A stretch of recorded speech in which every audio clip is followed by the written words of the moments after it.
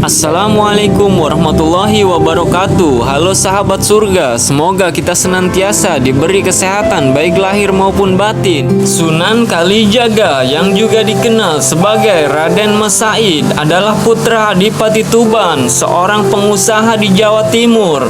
Dalam masa mudanya, dia dikenal sebagai seorang pemuda yang nakal dan suka berkelahi. Dia sering membuat masalah dan tidak mempedulikan aturan. Namun hidupnya berubah drastis setelah bertemu dengan Sunan Bonang, salah satu dari 9 wali yang dikenal sebagai Wali Songo. Pertemuan dengan Sunan Bonang terjadi secara tidak sengaja. Raden Mas Said sedang berburu ketika panahnya tanpa sengaja mengenai lebah yang sedang hinggap di bunga. Lebah tersebut ternyata adalah milik Sunan Bonang. Untuk menebus kesalahannya, Raden Mas Said memutuskan untuk menjadi murid Sunan Bonang dan mempelajari agama Islam. Sunan Bonang kemudian memberinya nama baru, Sunan Kalijaga, yang berarti penjaga sungai. Nama ini diberikan karena Sunan Kalijaga sering melakukan meditasi di tepi sungai. Dia menjadi murid yang rajin dan berdedikasi dan dengan cepat memahami ajaran agama Islam. Dalam menyebarkan ajaran Islam, Sunan Kalijaga memiliki pendekatan yang unik dan kreatif. Dia memanfaatkan seni dan budaya lokal seperti wayang dan gamelan sebagai media dakwah. Dia percaya bahwa cara terbaik untuk menyebarkan Islam adalah dengan beradaptasi dengan budaya setempat dan menggunakan bahasa yang mudah dimengerti oleh masyarakat.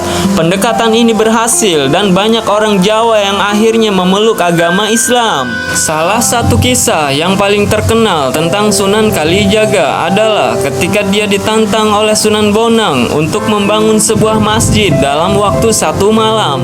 Meski tanpa mustahil, Sunan Kalijaga menerima tantangan tersebut. Kejadian ini menjadi simbol dari ajarannya bahwa dalam beribadah yang penting adalah keikhlasan. Selain itu, Sunan Kalijaga juga dikenal karena kebijaksanaannya. Dia selalu berusaha untuk menyelesaikan konflik dan masalah dengan cara yang bijaksana dan adil. Dia berusaha mencari solusi yang terbaik bagi semua pihak dan menghindari konflik sebisa mungkin. Sunan Kalijaga wafat pada tahun 1481 dan dimakamkan di Demak. Makamnya menjadi tempat ziarah yang sering dikunjungi oleh banyak orang hingga hari ini.